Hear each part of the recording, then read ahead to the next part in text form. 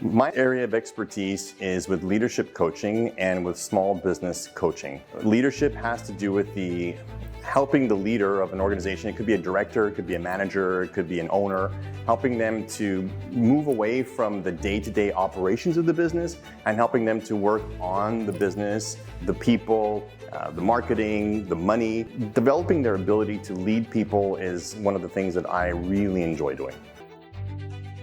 So one of the things that often gets asked of me is, can you help us with our younger leaders? So for example, if you've got a law firm that has maybe some junior managers and they want to move them up in the organization, that's a typical case that I would be involved in, where I would help those people, not with their competencies as lawyers, but with how do they deal with conflict? How do they deal with communication? How do they deal with team building within their organization?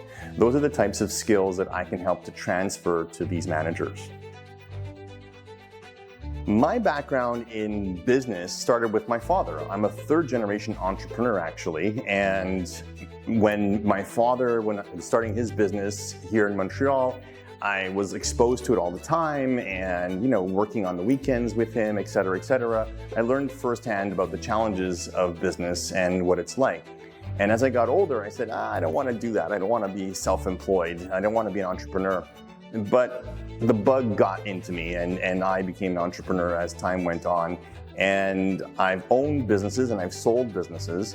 And what I learned is that in Canada, well, actually throughout the world, entrepreneurs have the same types of problems. They're really good at what they do, but when it comes to actual business skills, they often lack them.